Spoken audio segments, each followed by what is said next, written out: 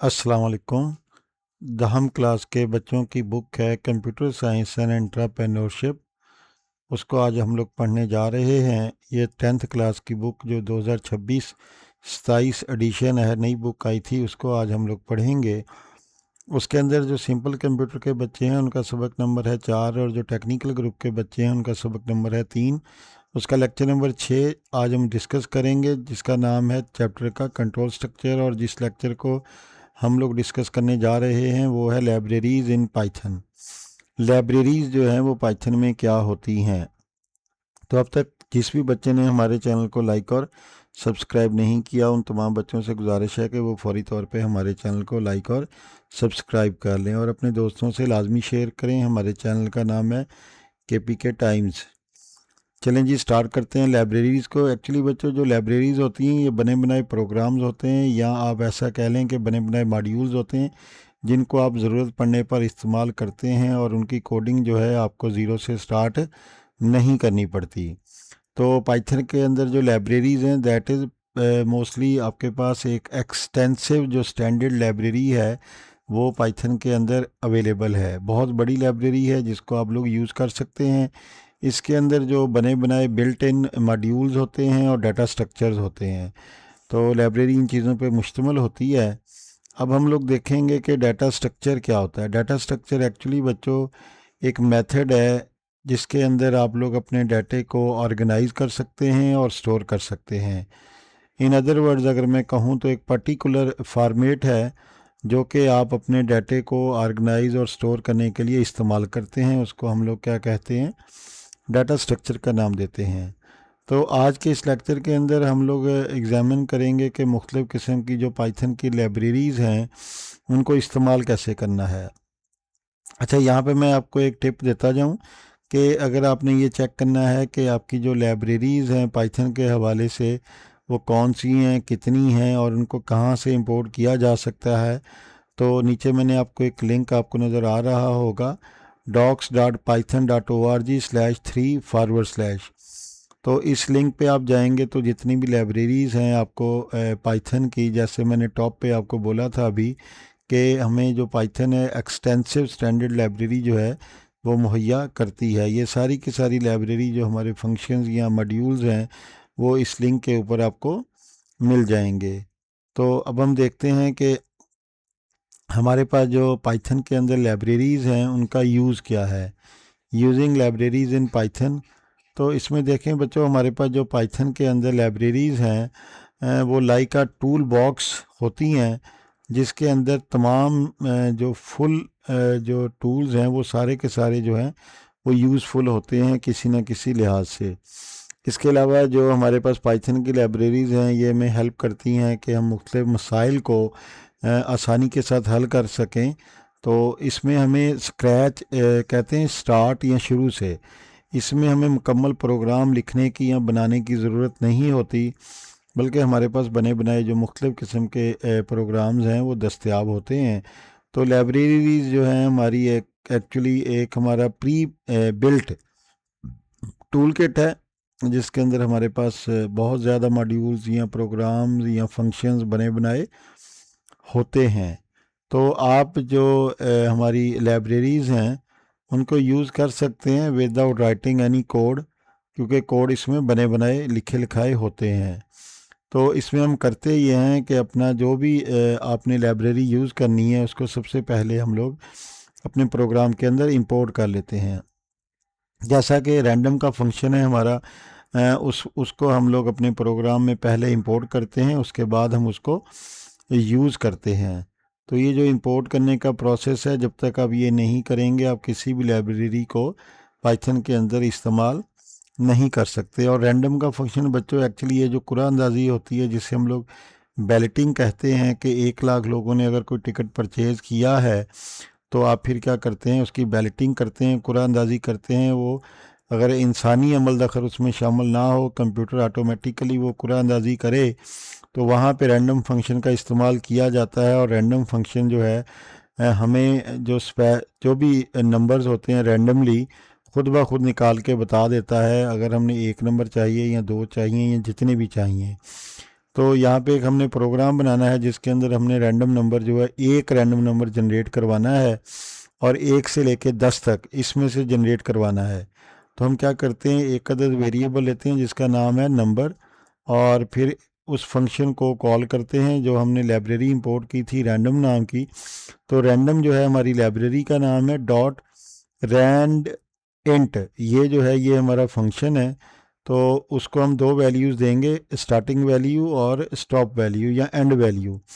अब इसको हम कहेंगे कि भाई 1 से लेकर 10 तक जो है इसके दरमियान जो भी आपके पास नंबर आपने देना है रैंडमली वो हमें जनरेट करके दे दें। तो ये फंक्शन हमें एक रैंडमली नंबर जनरेट करके देगा, उसको हम लोग किस में सेव कर लेंगे, नंबर नाम के वेरिएबल में सेव कर लेंगे और प्रिंट स्टेटमेंट के ज़रिए यहाँ पे हम उसको डिस्प्ले करवा लेंगे। प्रिंट के अंदर सबसे पहले हम लोग ये मैसेज डिस्प्ले करवाएंगे, मैसेज के बाद ये वेरिएबल का नाम है नंबर, और जो भी वैल्यू इस नंबर के अंदर आएगी रैंडम फंक्शन के ज़रिए जनरेट होके वो बच्चों यहाँ पे क्या होगी, वो डिस्प्ले हो जाएगी। ज़रूरी नहीं है कि 3 डिस्प्ले हो, आपकी बुक में उसने 3 लिखा हुआ है, लेकिन जब आप इस रैंडम फंक्शन को एग्जीक्यूट करेंगे तो दैट इज़ डिफरेंट थिंग।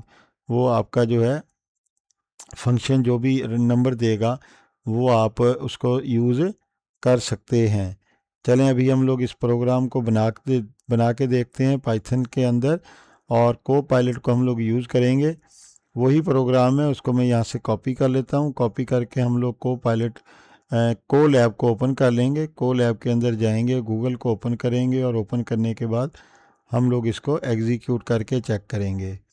तो लेट्स सी, यहाँ पे मैं इसको पेस्ट करता हूँ, बल्कि पहले इसको हम कॉपी कर लें, पुराने कोड को हमारे काम आएगा। तो ये मैंने इसको कॉपी किया क्योंकि ये हमारी नेक्स्ट एग्जांपल है, इसको हम लोग नेक्स्ट स्टेप पे पढ़ेंगे। तो मैं दोबारा ये ऊपर वाला जो हमारा प्रोग्राम है इसको कॉपी करता हूँ, लिखने की बजाय स्लाइड के अंदर भी मैंने आपको चेक करवाया लिखा हुआ था, इसको यहाँ पे पेस्ट करेंगे और ये यहाँ पे से मैं इसको एग्जीक्यूट करूँगा तो आप देखेंगे कि हमें उसने 8 जो है वो जनरेट करके ऑटोमेटिकली दे दिया। तो मैंने आपको कहा था कि starting and stop and value ये होती है। अगर यहाँ पे मैं 1000 दे देता हूँ तो वो 1 से लेके 1000 तक हमें कोई भी रैंडम नंबर जनरेट करके दे देगा। अब मैं इसको एग्जीक्यूट करूँगा, देखें 925 उसने हमें एग्जीक्यूट करके दे दिया। इसको आप जितनी दफ़ा चाहें आप इसको एग्जीक्यूट कर सकते हैं, और एग्जीक्यूट करने से क्या होगा, हर दफ़ा आपको एक नया नंबर जो रैंडम नंबर है कंप्यूटराइज ऑटोमेटिकली जनरेट करके दे देगा। चलें दोबारा जनरेट किया, अब 830 दे दिया, मैंने दोबारा किया 575, हर दफ़ा वो नया नंबर देगा। आप देखें हर दफ़ा एक नया नंबर जनरेट हो रहा है। तो 1 से लेके 1000 तक ये नंबर हमें रैंडमली जनरेट करके दे देगा। इसके अंदर हम लोगों ने रैंडम का जो हमारा मॉड्यूल है लाइब्रेरी में से उसको इंपोर्ट किया था, और इंपोर्ट करने के बाद हमने उसको यूज़ कर लिया। ये तो था हमारा बच्चों रैंडम के हवाले से एक सिंपल सा प्रोग्राम। अब हम लोग देखेंगे नेक्स्ट हमारी एग्जांपल को। उसके अंदर हम लोग बच्चों क्या करेंगे, उसमें हम लोग स्टैटिस्टिक्स का एक जो हमारा मॉड्यूल है उसको इंपोर्ट करेंगे लाइब्रेरी में से, और फिर हम उसको यूज़ करते हुए जो हमारा मुख्तलिफ़ किस्म का उसको डाटा देंगे, 7 वैल्यूज़ दे देंगे, मुख्तलिफ़ वैल्यूज़ देंगे। वैल्यूज़ डाटे नाम का जो वेरिएबल है उसके अंदर ये तमाम वैल्यूज़ को स्टोर कर देंगे। उसके बाद ये जो स्टैटिस्टिक्स का जो हमने इंपोर्ट किया है मॉड्यूल लाइब्रेरी में से, तो वो क्या करेगा, यहाँ पे स्टैटिस्टिक्स डॉट के बाद जो स्टैट का हमारा फंक्शन है मीन का, वो हमने कॉल किया है स्टैटिस्टिक की लाइब्रेरी में से, और उसको जो भी हमारा ये सारा डाटा जितना भी ये वैल्यूज़ थी सारी की सारी डाटा नाम के वेरिएबल में रखी, और ये जो वेरिएबल था इसमें जितनी भी वैल्यूज़ थी वो सारी की सारी हमने क्या किया, स्टैटिस्टिक्स डॉट मीन को जो है पास कर दी, उसको दे दी, और उसको कहा कि हमें आप क्या करें कि हमें इस पूरी वैल्यूज़ का जो मीन वैल्यू है वो कैलकुलेट करके दे दे। तो इसने वो वैल्यू कैलकुलेट की, और कैलकुलेट करने के बाद हमारे मीन अंडरस्कोर वैल्यू का जो वेरिएबल है उसके अंदर पुट कर दी, और मीन अंडरस्कोर वैल्यू में जो भी वैल्यू पड़ी है उसको बच्चों हमने यहाँ पे क्या किया है, प्रिंट का फंक्शन यूज़ करते हुए, प्रिंट स्टेटमेंट यूज़ करते हुए हमने यहाँ पे उसको डिस्प्ले करवा दिया। मीन अंडरस्कोर, यहाँ अंडरस्कोर मैंने देना था जो मैं भूल गया, ये अभी हम अंडरस्कोर दे लेते हैं। तो क्योंकि ये वेरिएबल के जो बेसिक रूल्स हैं उसकी वायलेशन है, तो ये मैंने बच्चों यहाँ पे दोबारा हमने इसको मुकम्मल किया। और एम भी यहाँ पे छोटा होगा क्योंकि जो हमारी पाइथन लैंग्वेज है वो केस सेंसिटिव है, तो लिहाजा एहतियात कीजिएगा। ये केस सेंसिटिव होने की वजह से आपने इसको माइंड में रखना है कि जो भी वेरिएबल का नाम होगा सेम वेरिएबल नेम आप बाद में भी प्रिंट स्टेटमेंट में भी यूज़ करेंगे। तो ये हमारा प्रोग्राम है जो मैंने आपको बताया कि सारी वैल्यूज़ कहाँ चली जाएंगी डाटे में, और डाटे में जाने के बाद ये पूरा जो भी वेरिएबल में डाटा पड़ा हुआ है वो हमने स्टैटिस्टिक्स डॉट मीन का जो फंक्शन है उसको पास ऑन कर दिया, जो हमने स्टैट की लाइब्रेरी में से उसको इंपोर्ट किया था। इसने मीन कैलकुलेट करने के बाद इस वेरिएबल में रख दिया, और ये वेरिएबल में जो भी मीन निकला उसको हमने प्रिंट स्टेटमेंट के ज़रिए यहाँ पे डिस्प्ले करवा लिया। ये जो वैल्यूज़ थी इनका जो मीन था दैट इज़ 48, उसने 48 आउटपुट हमें दे दी है। तो क्योंकि ये रैंडम फंक्शन नहीं है, इसका मीन कैलकुलेट करना है, तो मीन हमेशा सेम ही होगा।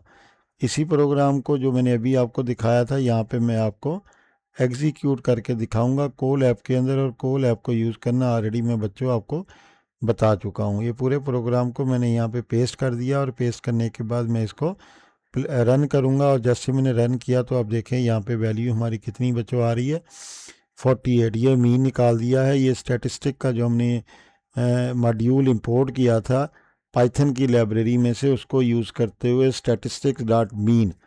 तो अगर मैं ये यहाँ पे देखें 12 लिखा हुआ है, 12 की जगह पे 120 कर देते हैं 12 की जगह पे।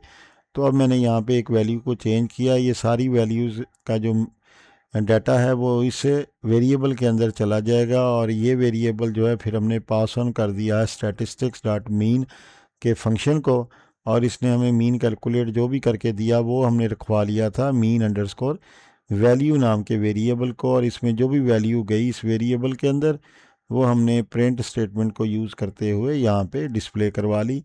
The mean value is colon, उसके बाद ये वैल्यू आ चुकी। अब मैं इसको एग्जीक्यूट करूँगा क्योंकि मैंने इसकी वैल्यू 120 कर दिया 12 की बजाय। तो अब देखेंगे कि मीन वैल्यू कितनी कैलकुलेट होके हमारे सामने आती है। तो अब देखो बच्चों हमारे पास 63.4285 एंड सो ऑन, ये बच्चों हमारा मीन निकला है। तो उम्मीद करता हूँ यहाँ तक आप लोगों को पता चल गया होगा कि लाइब्रेरी फंक्शंस क्या होते हैं, उनको यूज़ कैसे किया जाता है, उनको कॉल कैसे किया जाता है, और प्रोग्राम के अंदर उसको इंटीग्रेट कैसे किया जाता है। तो अब तक जिस भी बच्चे ने, अब देखते हैं आउटपुट ये सामने है। नीचे इसकी बच्चों एक्सप्लेनेशन है जो ऑलरेडी मैं आपको बता चुका हूँ। अब इस पूरे लेक्चर में आपने सीखा कि अगर हम पाइथन की बिल्ट इन लाइब्रेरीज़ को यूज़ करेंगे तो उससे एक तो हमारे टाइम की बचत होगी, क्योंकि हमें ज़ीरो से मीन निकालने का, मीडियन निकालने का, रैंडम फंक्शन बनाने का जो है मुकम्मल प्रोग्राम लिखना नहीं पड़ता। इसकी वजह से हमारा टाइम बच जाता है, और सेकंड थिंग हमें एफर्ट पुट नहीं करनी पड़ती, हमें मेहनत भी नहीं करनी पड़ती। तो हमें नए सिरे से जो पूरे का पूरा कोड है वो किसी भी प्रॉब्लम को सॉल्व करने के लिए लिखना नहीं पड़ता, बल्कि बने बनाए जो हमारे पास कोड है लाइब्रेरी के अंदर पड़े होते हैं उनको हम लोग क्या करते हैं अपने किसी भी प्रोग्राम में इंपोर्ट करके उसको हम लोग यूज़ कर सकते हैं। तो अब तक जिस भी बच्चे ने हमारे चैनल को लाइक और सब्सक्राइब नहीं किया उन तमाम बच्चों से गुजारिश है कि वो फौरी तौर पे हमारे चैनल के पीके टाइम्स को लाइक और सब्सक्राइब कर लें। ओके बच्चों, अल्लाह हाफिज़।